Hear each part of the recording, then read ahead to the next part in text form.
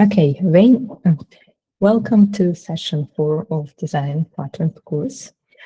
If you remember about myself, my name is Irina, and I worked with production-ready systems for more than 10 years, and everything that I'm sure based on my own career experience. So it's all about systems I covered in the past.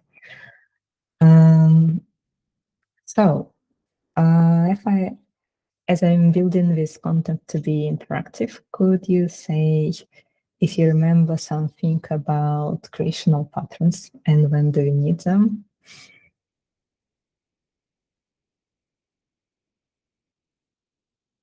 Yeah, anyone? Any ideas from previous session? You can raise your hand or you can just open microphone.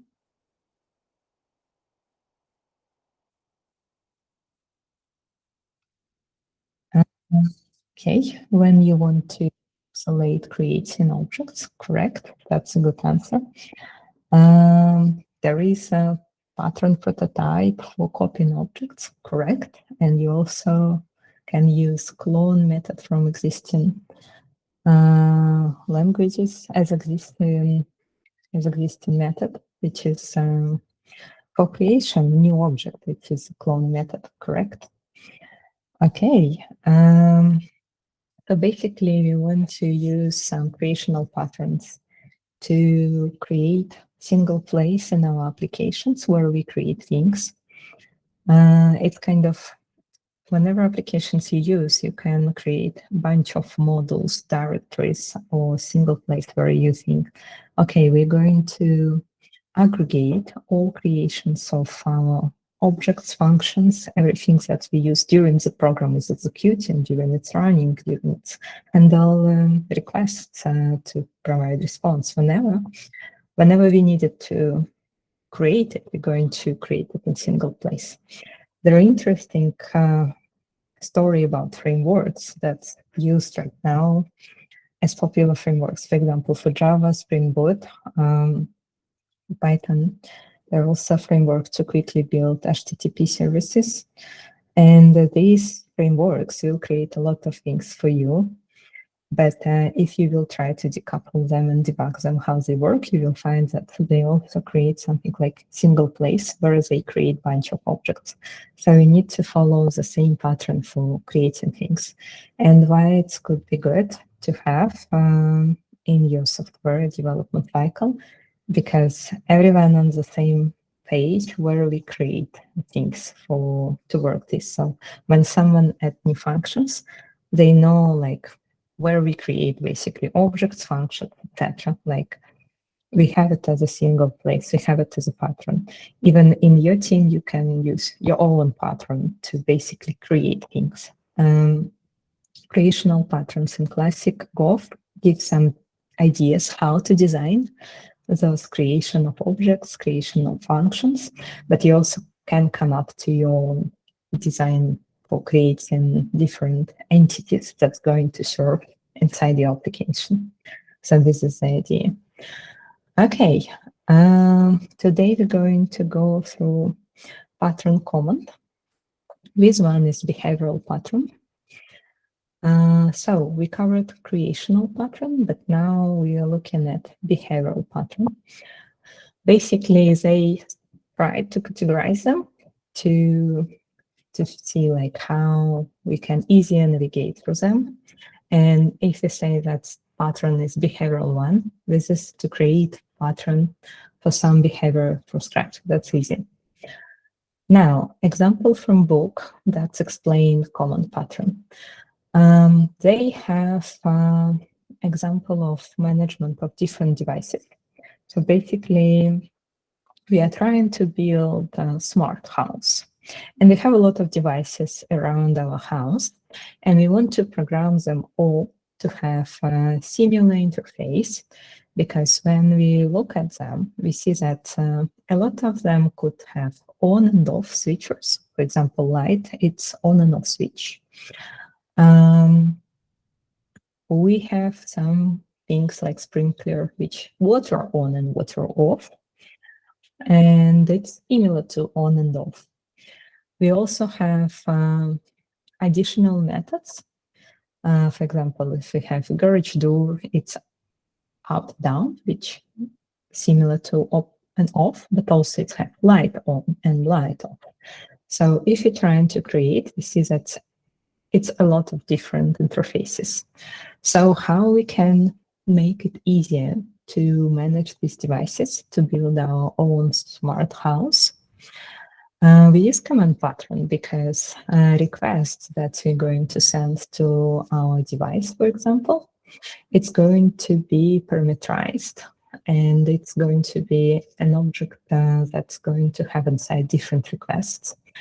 It's going to encapsulate queue, lock request, and it can support undoable operation, which is mean you can also cancel. You can cancel switching light on, you can cancel opening garage door, etc. So that's pattern found as a powerful way to do exercise like this.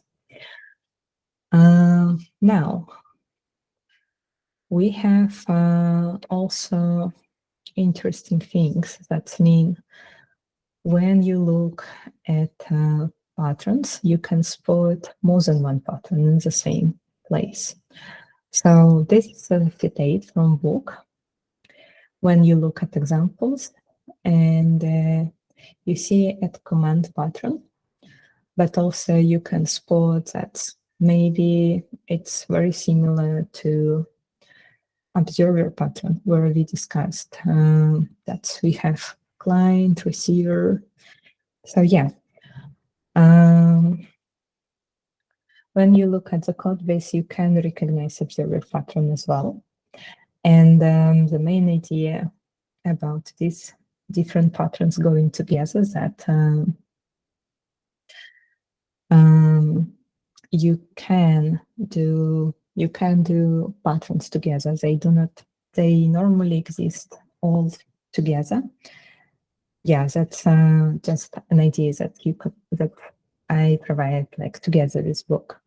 Yeah. So you see that there is observers that help you to create observation for different objects to use it for command pattern as well. So in command pattern, one of the example how it could be implemented in class diagram that you have client, you have invoker of command, and you have receivers of command. The main important thing in this pattern that you create interface command, and this command can execute something like switching light on, switching light off. Also, it's popular to have it with undo operation.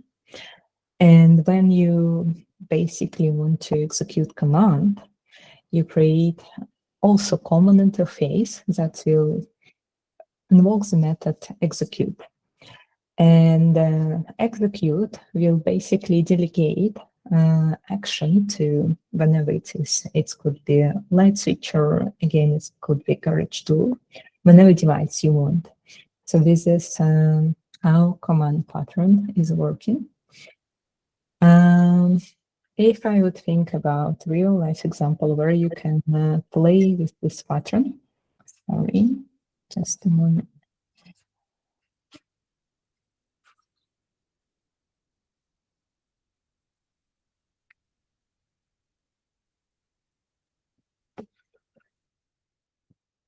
Yeah.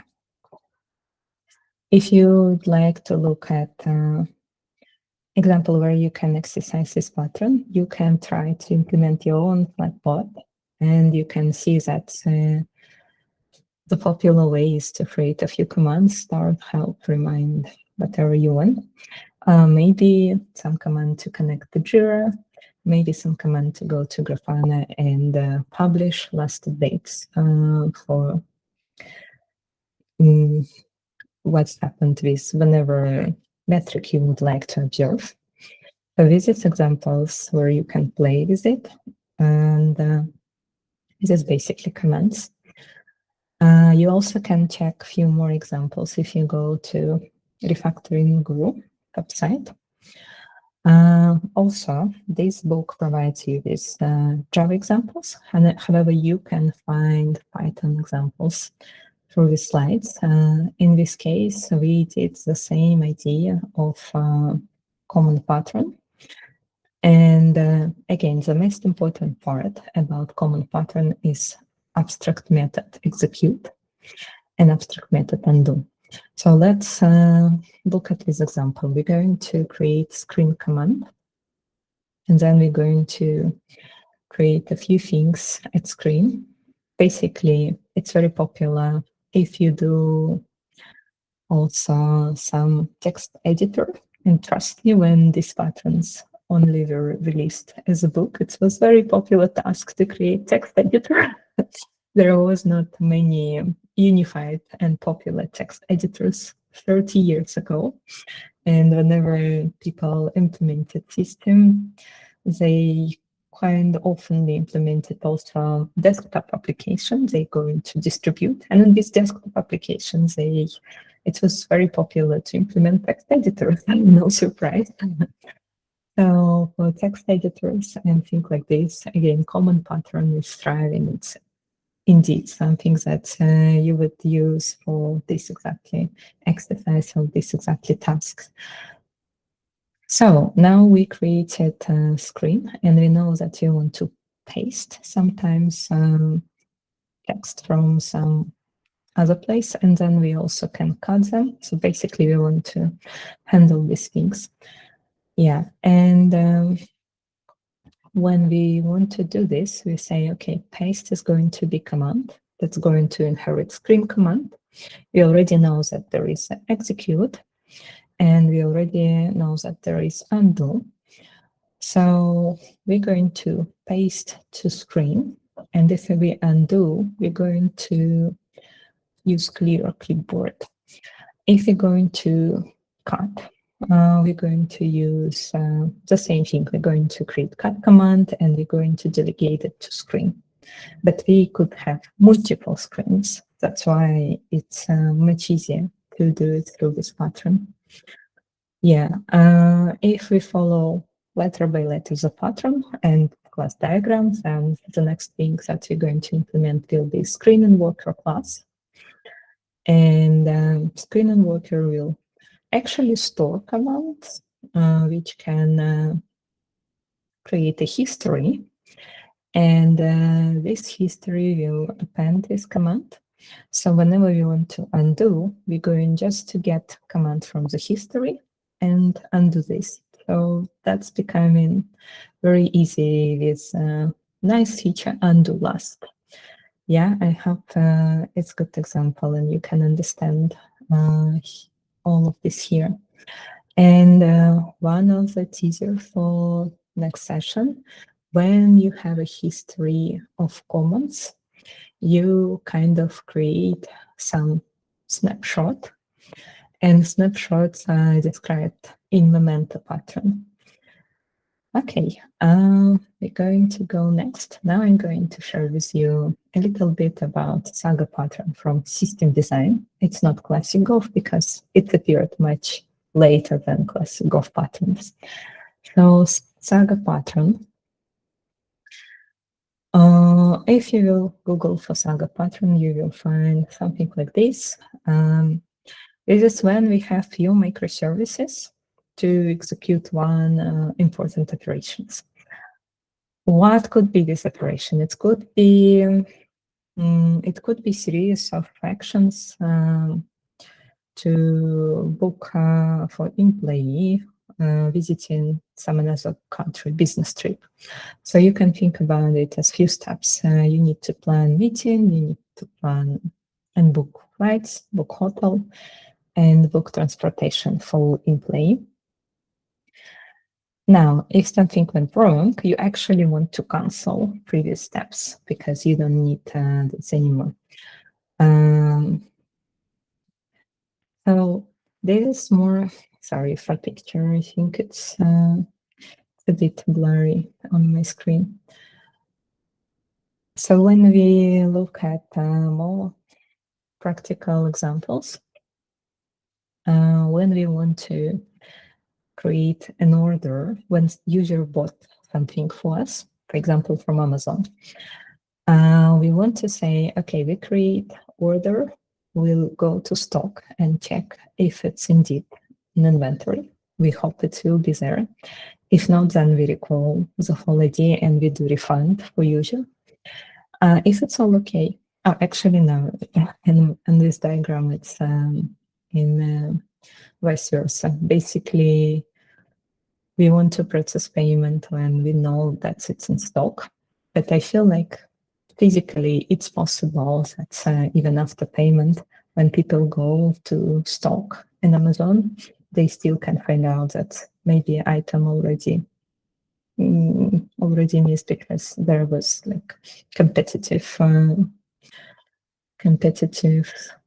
orders for this item. Not sure if it works like this. Yeah, and then it should be out for delivery.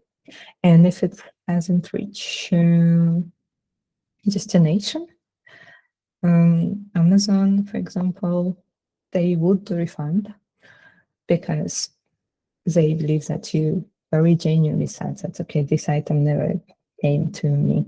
Like, I just couldn't receive it, even if it's marked. Or normally they would also have delivery tracking system and they would see that something lost at this delivery system. So yeah, in this case, they have to do a refund or send you another product, also possible, but if they want to cancel it, they will do refund. They want to recall product because it may go back to the stock and basically your order is canceled. That's one of the examples when you can meet Saga patterns. Yeah. Any questions here? That's actually good examples because there is another pattern that is on picture below, which is called choreography. In choreography, the difference that in Saga, this event synchronous, but in choreography, those events asynchronous. And they can go to message queues. And message queues will store event like one queue is responsible for normal way of events, and another one will be responsible for canceled events. So this is another way to execute the same flow. Yeah, you can when you want to choose which one, you look like where you can allow asynchronous flow. Right now, it's very popular to build a synchronous flow as much as possible where it's possible, because in this case, you have more guarantees and it's more stable, because if you build synchronous flow, if one of the component down, it's much harder to recover from the component to be down. So today it's very popular to use publisher subscriber pattern we discussed to build message queues around and to exchange all necessary information between services through message queues.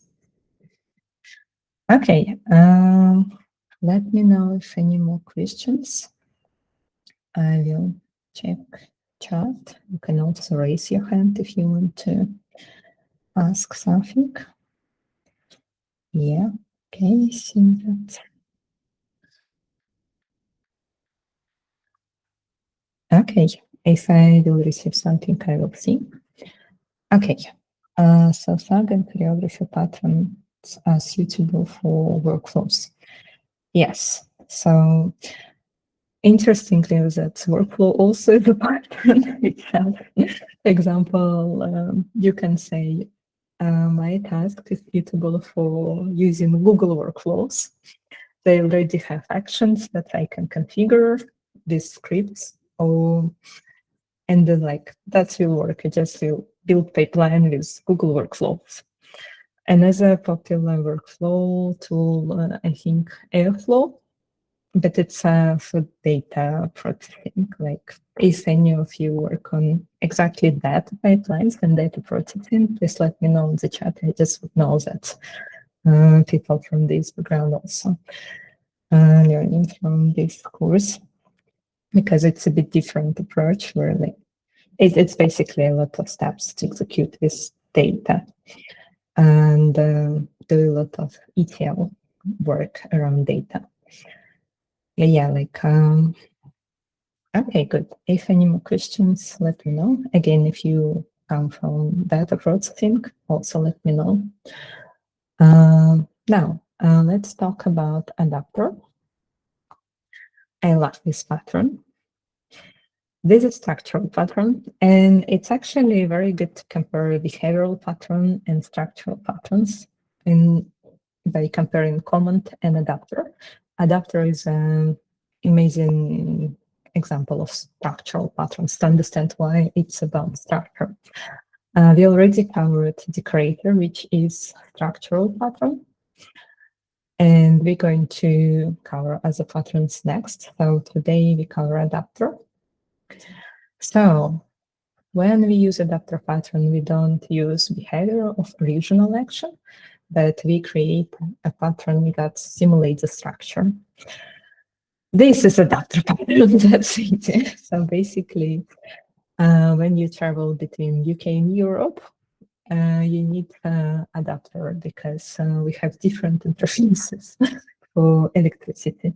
Also, if you decide to go to Switzerland, you will find out that they have third type of interface to charge whenever you want. So you need to buy adapters if you go to Switzerland, or actually you can buy it inside when you figure out.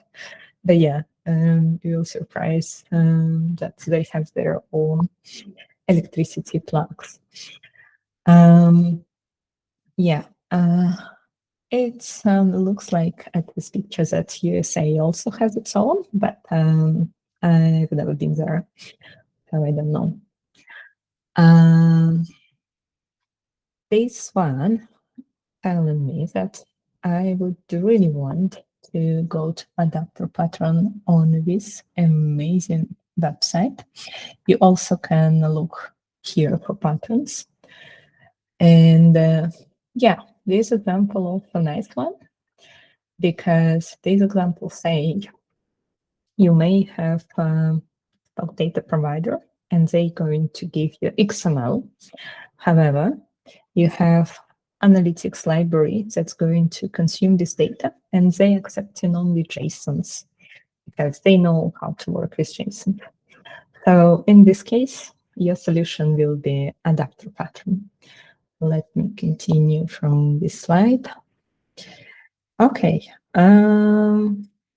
very simple implementation, but I love it a bit more than in book. In book, they trying to use duck, and it's very, very funny because, yeah, if you go to book, you will learn with adapter forever, because who actually going to turn duck to another bird? Yeah, it's funny.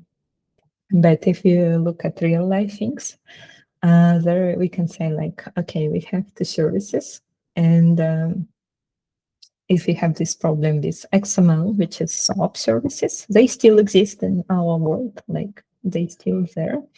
And if we have JSON adapters, we need like JSON services, we need to adapt one format for another one. And when we build adapter, we say, okay, this is our SOAP services, this one that use XML. And this is our SOAP to JSON adapter.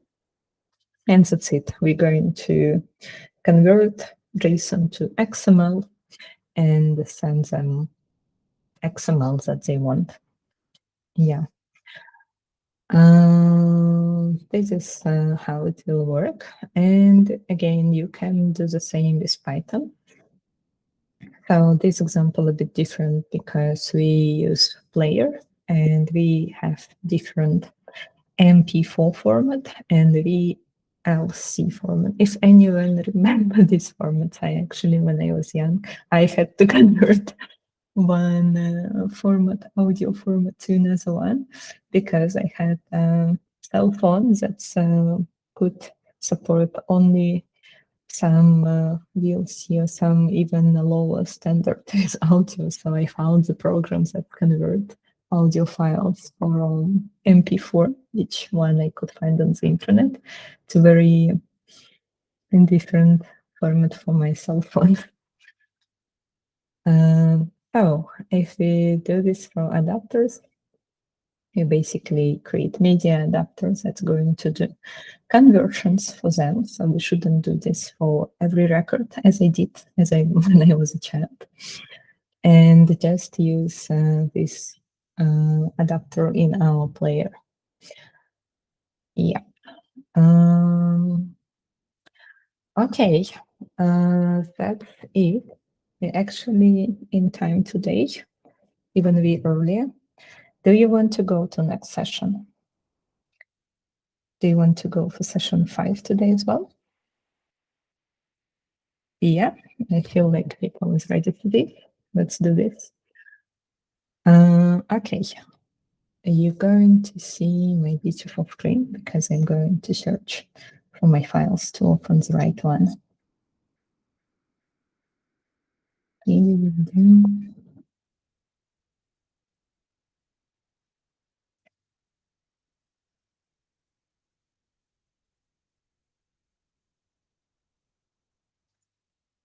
So, yeah, that's fine. Let's work straightforward from this slide. Okay, let's go to facade pattern. So that's again structural pattern. In this case, we don't change the behavioral of action entity. We create a pattern for structure. This is just a reminder what structural pattern is. So if you think about it, this is how they tried. So first of all, how patterns appeared again. People who did a lot of software looked at all software that's done in the world, tried to come with 23 patterns, how to do it in better way.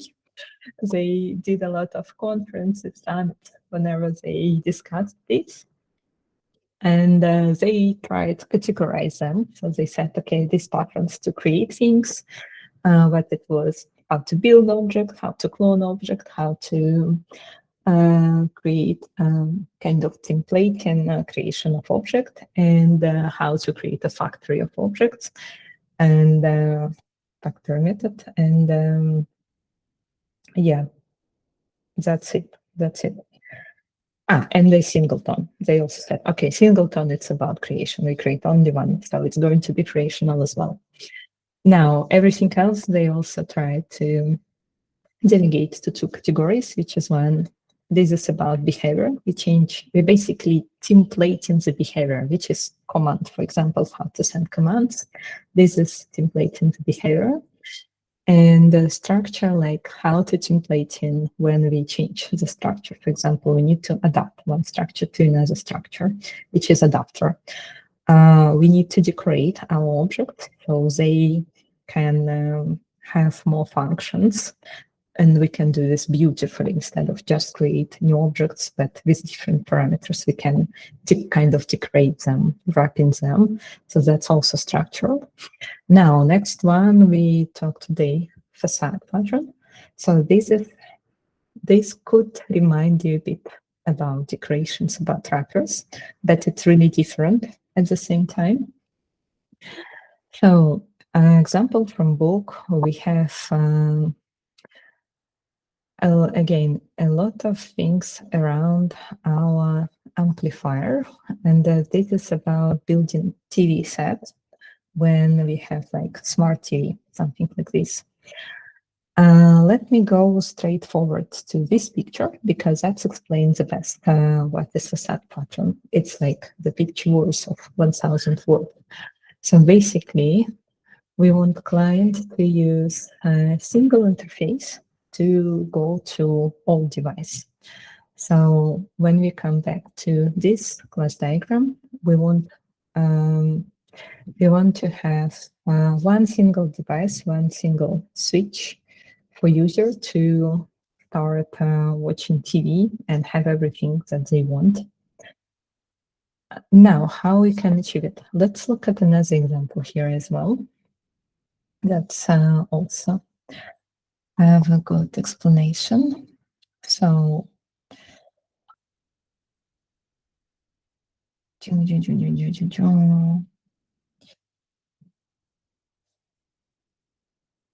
so you go to factory and then you don't know where to go next. Basically, if you want to place your order, imagine the world where you have to talk with everyone for placing order in Amazon. You need to call to warehouse and check by yourself if order is there. You want to then call to packaging. You want to do delivery as well. And this is how they combine all together. And this doesn't look simple. But Facade pattern allows you to have one unified interface where like everything unified as API. And we will go quickly to APIs as well quite soon. Let's continue here.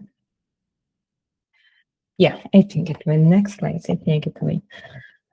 Basically, API Gateway could be kind of decoration above our system, as we discussed when we discussed decorators, but also we can think about API gateways as a unified facade for our application. If we want to expose few endpoints, that's under the hood. It's different services. And this is unified interface for our clients. Yes, our clients will see only small number of functions that they need. We agree with our clients what they need, and under the hood, we will do whenever we want. We will do whenever, like all these things, we will do under the hood. But this interface is very neat and simplified and unified and concise for our clients. And we also have, for example, we work with even we work with many people to basically make it short, simple, explained, and our internal interface, we can name them whenever we want, so something like this. So Facade is actually, we agree that, okay, these interfaces, they will be beautiful, they will be nice, they will be neat. This is our clients, what they want. So we're trying our best efforts exactly on this. So API Gateway, basically, we create few very neat interfaces again. And under the hood, they will go to different microservices, for example. Another good example is GraphQL, which was all about idea of have more unified APIs. If you ever heard about this, I think they were invented by Meta, which were Facebook at this point of time when they created GraphQL. So basically, they thought a lot how to make whenever complex queries, whenever complex systems, and make it easier. So they did a lot of efforts to create new idea around APIs. You can basically build a graph from APIs, and this graph will be very flexible. And when you put it on your API Gateway knows what services, backend services under the hood, they need to invoke to connect all possible data for you. This is unified between different applications. Again, you could achieve it without exactly GraphQL. Just GraphQL tried to do it more flexible, like you don't need, like by using this one, you may have to do less and you may be more flexible when clients switch from one interface to another interface, because in this case, clients don't have to, don't have to notify you about changes in API. They just can change it whenever they want. by using all possible combinations that you give them. They say like, okay, today we need fields 1 to 3, and tomorrow they say, today we need only 1 and 3, and after tomorrow they say, okay, we need only field number 3. That's it. That's enough for us. But because you build it through GraphQL, that's flexible, and neither your clients shouldn't change. Okay, only your clients should need to change their code, how they invoke you, but you don't have to do anything. So that's sounds like fairy tale, but GraphQL claims that they solve this problem by this case. Yeah, here is a link to learn more about GraphQL. Okay, before I go next, any questions about Facade?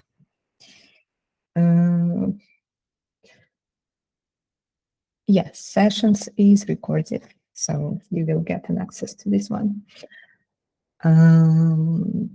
Any questions about API gateways? And let me make it a bit more interactive. Could you raise your hand if you ever use API gateway, like if you build API gateway in your, yeah. I have hands, good. Thank you. Now, let's go next, template method. The next one,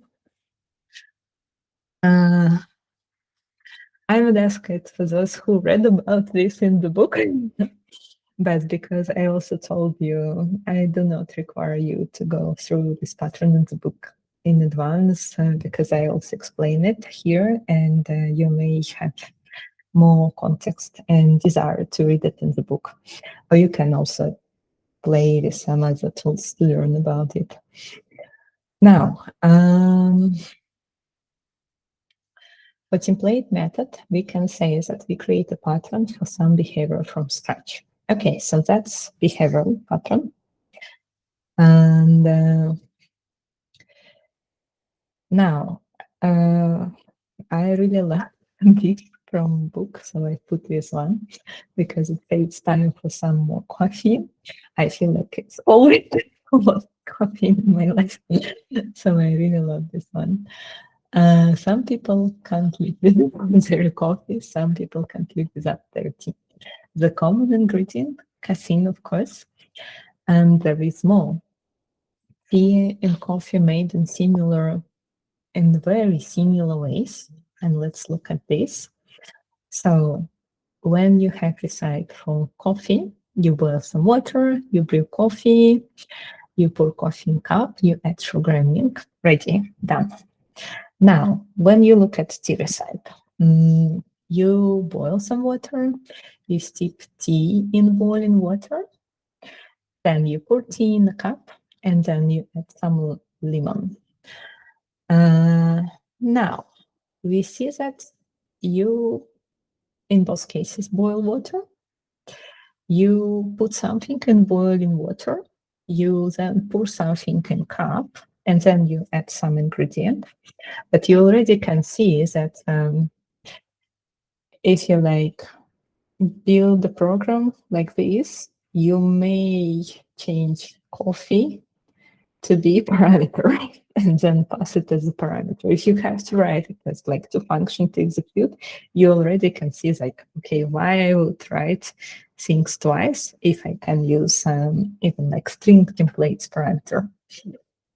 Yeah, if, for example, you need just to print these recipes, I'm sure all of you would use some parameters instead of coffee and tea already here.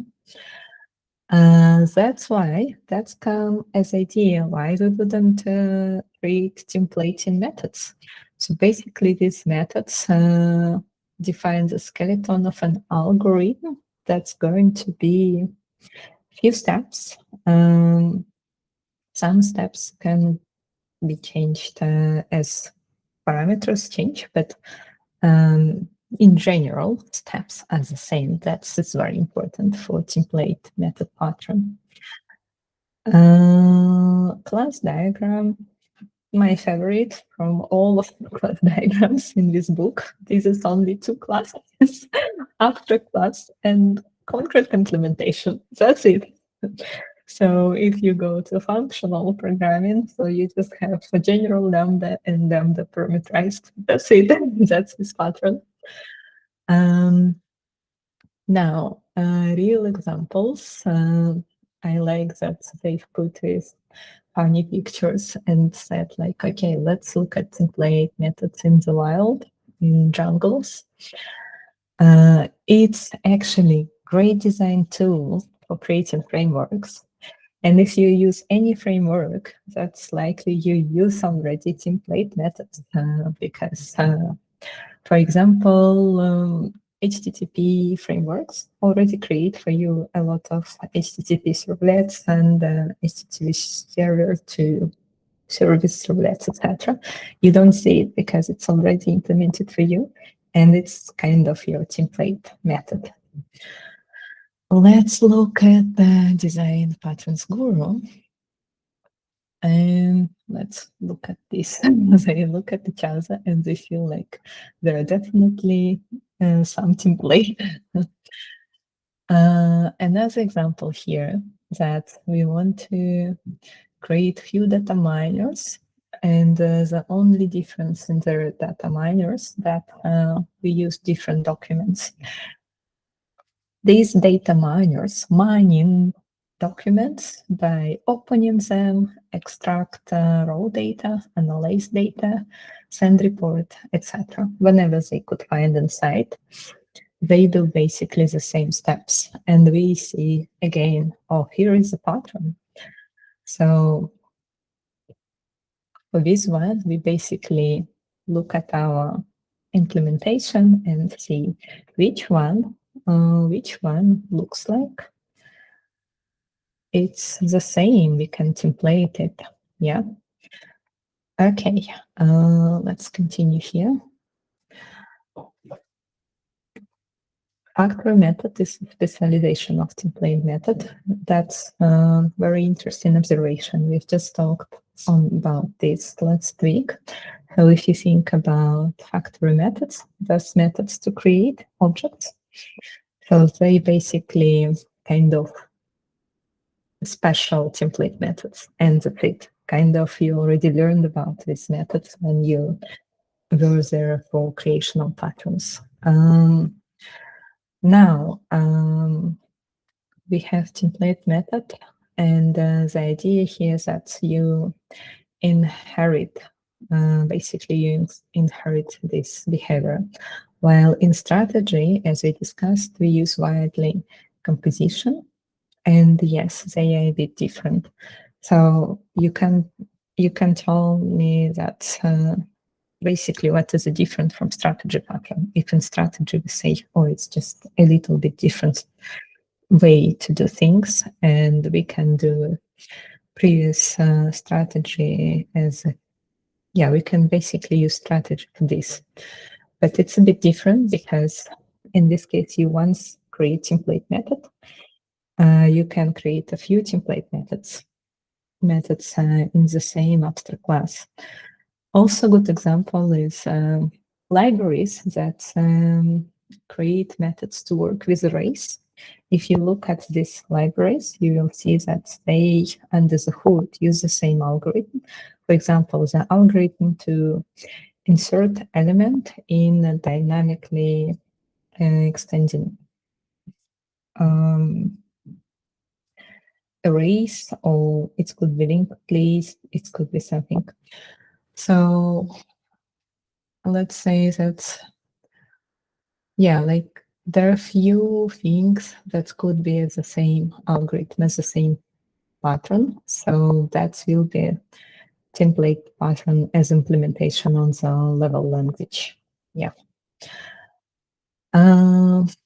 This example implemented in Python. So we prepare data. This is Excel data exporter. This is product data exporter. This is marketing data exporter. Yep. And when we use them, we use export to Excel as our main pattern. So if I go back, I just, what is important here is that they inherit Excel data exporter. They inherit it. And Excel data exporter basically have prepared data and save to Excel. This is the important part. There is no algorithm in this implementation, just to simplify it, but this is to show how the structure could be used in Python. Yeah. And let me see. Oh, okay. That's, yes, not extension of arrays. I think this will be a bit, maybe not correct example because their structure is different, but sorting things for different data structure may be a good example. So in this book,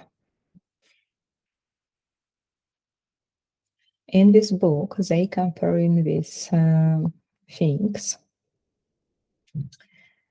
and they asking, if you look at array sort method, is it a template method? And it's not a textbook template method.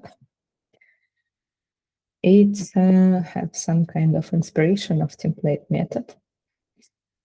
And also, when you use arrays of ducks and when you use sort, still, because of how they combine together, this is not an example of using template methods. Sorry, it's like it's a bit more complex example. If you go through everything they write in this book, I just try to explain this one. But if you didn't look at this example, no worries. Yeah, just if you want to discuss still this one, if you will come to this one, just ask me later as well. Because now it feels to me like now it's a bit out of context. Okay, now, if I say that template method could go in wild, I can say this is frameworks. This is the name of Python web framework, Django, I think everyone call it Django. So that's basically doing a lot of handling HTTP requests and response by just encapsulating this one. And there's a lot of other examples that you may heard about because we have different languages here. Now, you may think that you've met the pattern before because it's actually everywhere, template method. And that's, as I said, it's very simple. It's just you templating the algorithm, you templating the behaviors. Another interesting example, if you think about design in like system design, that's something that DevOps came to create the platform to spin up a lot of environments. And the example of this tool could be Terraform. So you describe how you would create services in special files, and then you deploy them, and then you can spin up few environments. Another example similar to Terraform is Helm charts. Maybe someone heard about Helm charts with Kubernetes. Could you raise your hand if you ever heard about them? Yeah, we have one hand. Perfect. So yeah, it is also, if you think about how you would create a few environments, but you need to test basically the same product, right? So you need to spin up the same set of microservices, and one will be development environment, one will be pre-production environment, where you want to make sure that everything is working with this set of services, and the last one will be your production environment. But basically those environments, they should have the same set of services, your services. So this is a beautiful way to template in the set of services. Terraform, Helm charts, or any other tool you may know. Yeah, this is system design example of this pattern. And I think we are very productive. We came today to this section. So I continue slideshow. Let me see. So questions to think about: how system, when you think about big system, you can ask yourself how the system behave. That's how you will find behavioral patterns. Any structures that you use, specific structure when you build a system, that's how you can find some structural changes, structural patterns. And when you want to define them, when you want to create them, you can think of what creational patterns I have. And you can just think about now which one you're using so far, which is maybe template methods. Maybe you already need them. You likely already met them. You can try to think where. Strategies, global object for creating objects, singletons. Yeah, so, and that's it from my side for today. Any more questions? Let me stop recording for now.